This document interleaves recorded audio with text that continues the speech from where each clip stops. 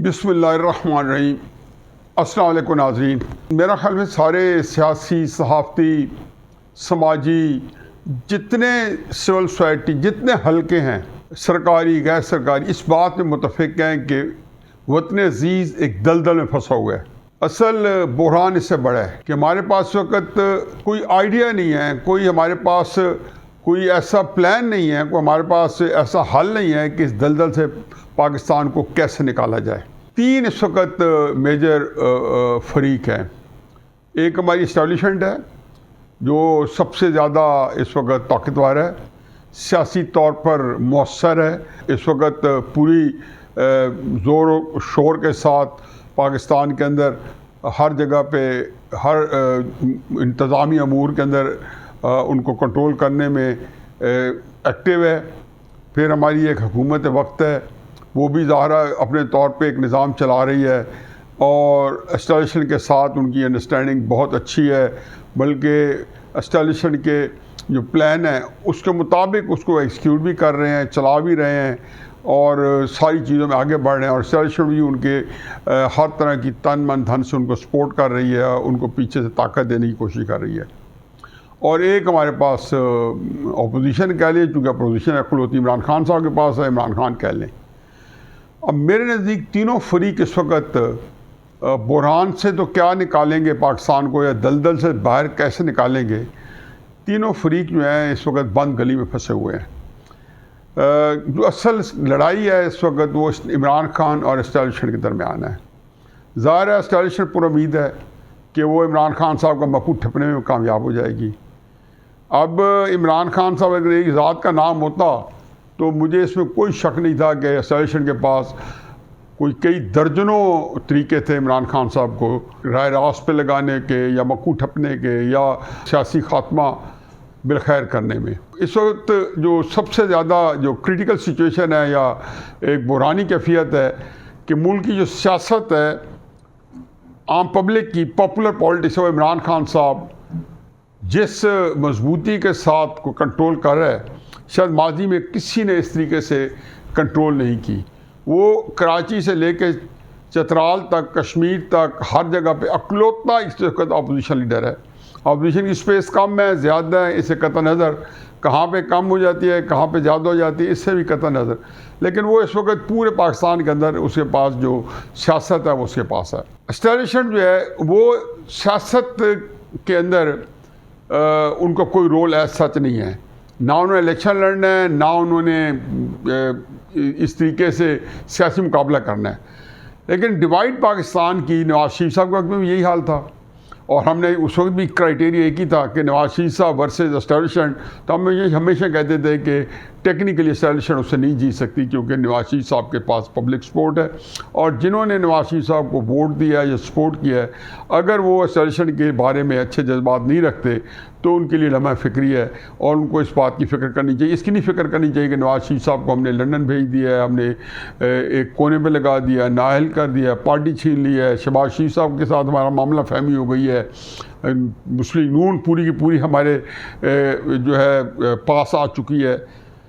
यही हाल तहरीक इंसाफ का है कि उसके लीडर्स के बारे में वो बड़े, उनको पता है कि जी सारे कायदीन जितने भी हैं अब उनके इशारे आबरू पे खड़े हैं एस्टेब्लिशमेंट के, चाहे वो शाह महमूद कुरैशी हो, चाहे असद उमर हो, जितना वो चाहेंगे उतना वो उनकी तरफ भागे चले आएंगे। मैं तो समझता हूँ इवन हमाद अजहर वगैरह ये सारे आ जाएंगे, कोई किसी के बारे में घबराहट नहीं है।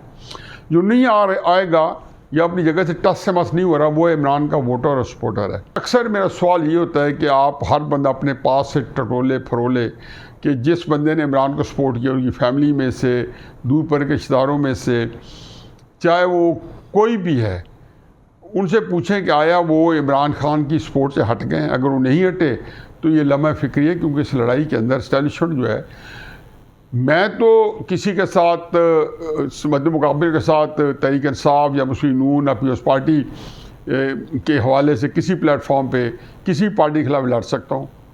मुझे एक वोट कम मिले या ज़्यादा मिले, मैं हर तरह की लड़ाई लड़ सकता हूँ, वायलेंट लड़ाई भी लड़ सकता हूँ, और कोशिश करूँगा कि ज़्यादा वोट्स लेके वहाँ MPA बन जाऊँ, MNA बन जाऊँ, और भले से बाकी जो मुझे नहीं देते वो मेरी जान के दुश्मन हो जाए, मुझे कोई फ़र्क नहीं पड़ता। ये अक्सर होता है, बड़ी एक खूनी दुश्मनी हो जाती है इलेक्शनों के ऊपर, और वहाँ से कतरों की दुश्मनी हो जाती हैं, लेकिन उससे कोई ख़तरे की बात नहीं होती। एस्टेब्लिशमेंट के बारे में ये सूरत हाल नहीं है। ये नहीं है कि मुस्लिम नून के ख़िलाफ़ उनको जो है एक मेजॉरिटी की सपोर्ट चाहिए या उनको आधी सपोर्ट चाहिए, नहीं, उनको पाकिस्तान के पूरे अवाम की सपोर्ट चाहिए, और जिनकी नहीं भी है तो वो उनके ख़िलाफ़ या उनके मुकाबले में, मतलब मुकाबले सियासी तौर पर वो ना आए, ना सियासी तौर पर मार्जिनलाइज हों।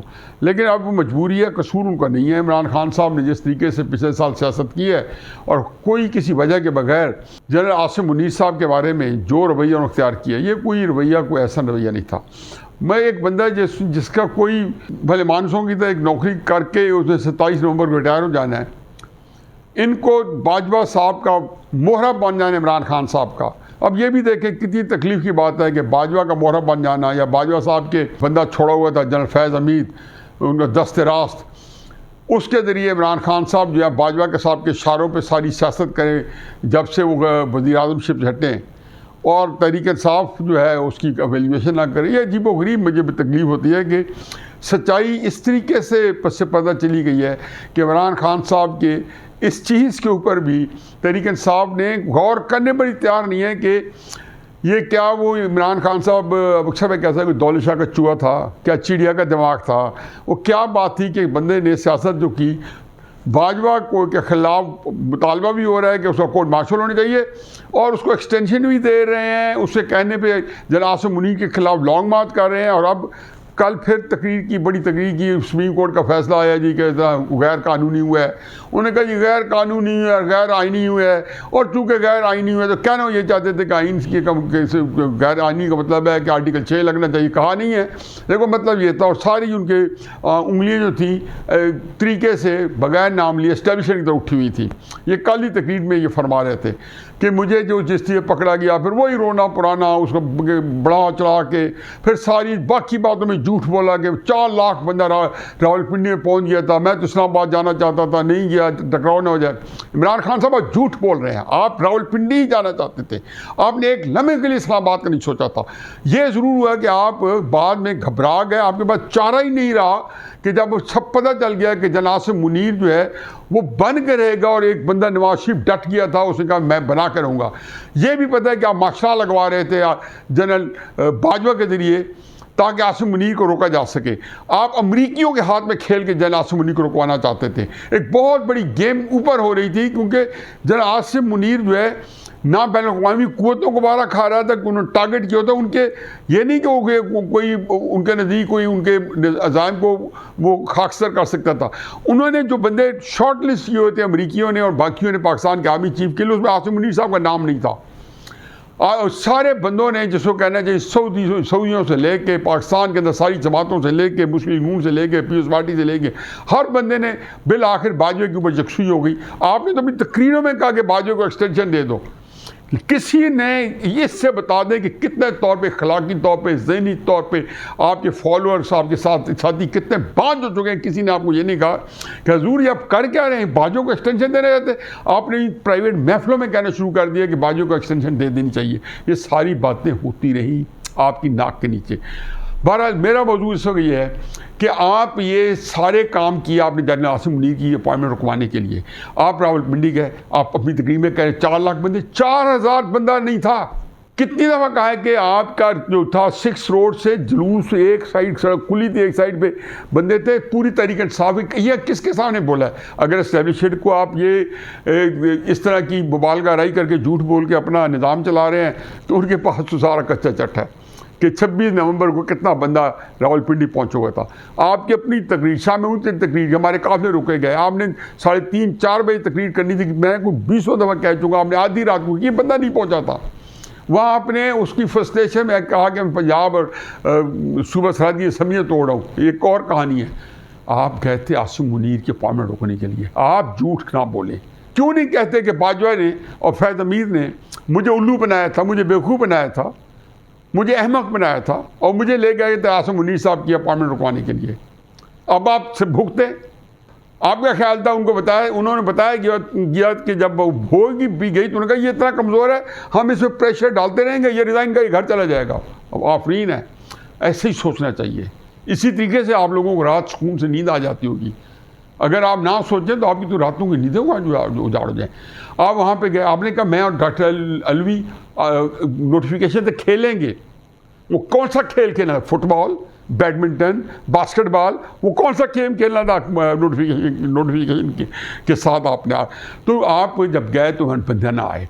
इमरान खान साहब, आपकी बात ये ज़ेहन नशीन कर लें कि आपके सियासी फैसले पूरी ज़िंदगी, जब से 1996 से लेकर आगे आज तक, एक सियासी फैसला नहीं है जो आज जिसमें आपको तासुब नहीं होगा, अफसोस नहीं होगा, जिसमें आपको मलाल नहीं होगा। आप हमेशा कहेंगे कि यार वो फैसला ठीक नहीं था, वो फैसला ठीक था, मैंने असम्बली ठीक नहीं तोड़ी थी, मुझे जेल भरो तहरीक नहीं शुरू करनी चाहिए थी, मुझे लॉन्ग मार्च नहीं करनी चाहिए थी।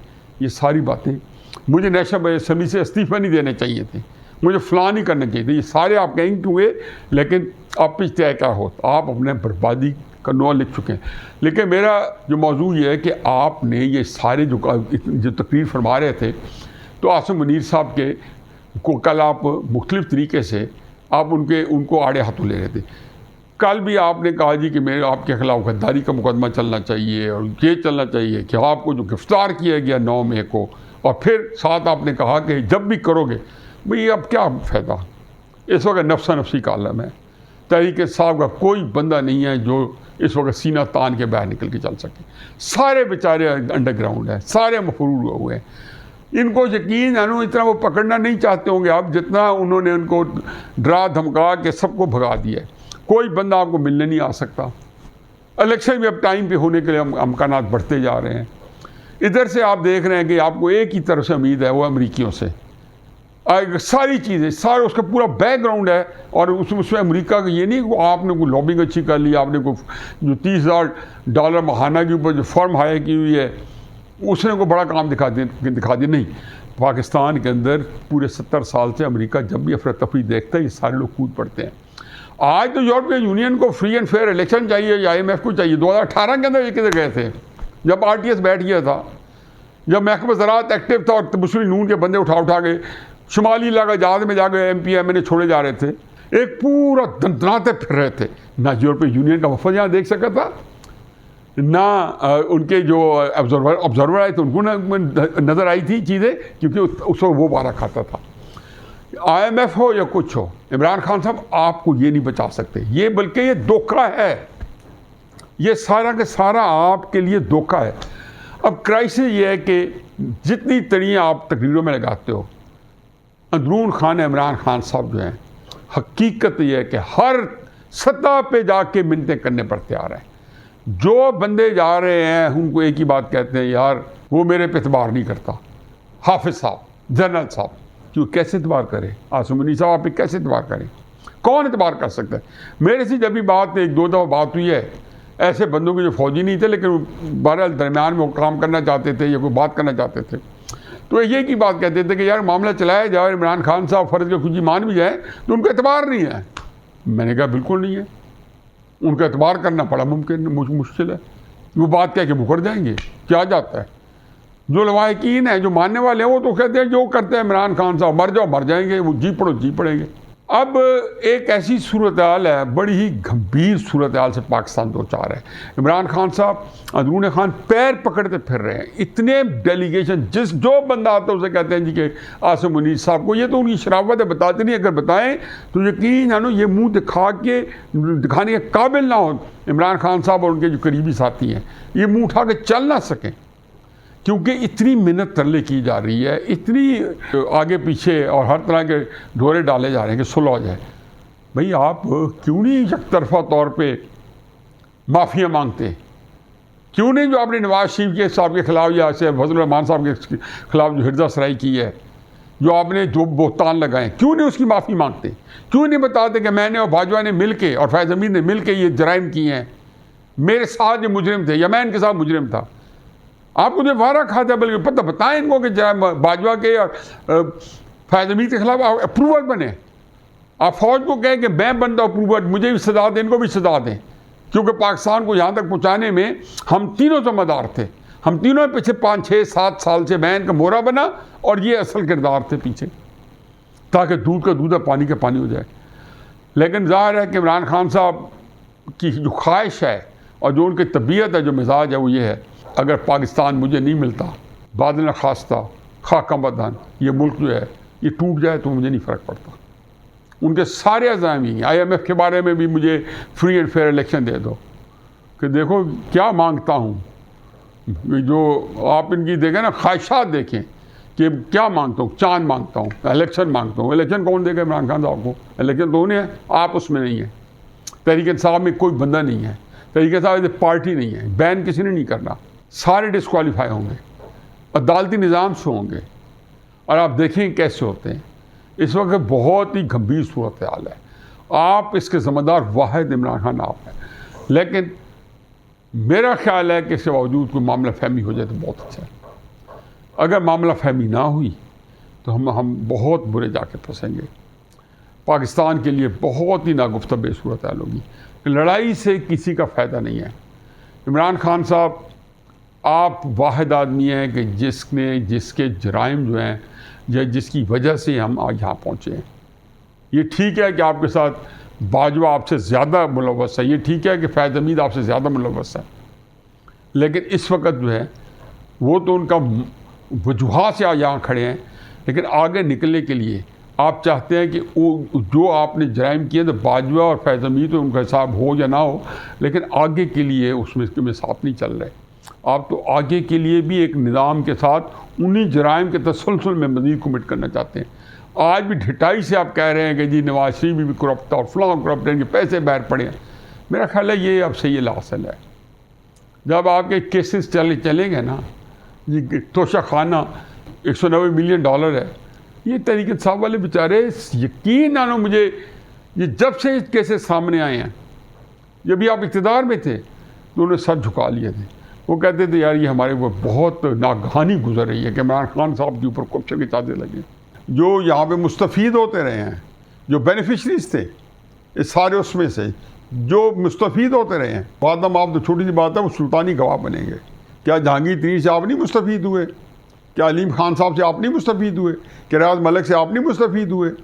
अगर लोगों ने क्राइम किए हैं तो एंड बेनिफिशरी में तो आप भी थे, आप भी तो उसमें शामिल थे। तो मेरा ख्याल है कि तीनों फरीकों को कहीं ना कहीं पे साथ जोड़ के बैठना पड़ेगा। हुकूमत जो है वो भी इस वक्त एक और उसमें है कि उनका ख्याल है कि इस इलेक्शन में तो चूँकि उनको शोर शॉट नज़र आ रहा है कि उनके अलावा चॉइस नहीं है सॉल्यूशन के पास, वो निकले जाएंगे।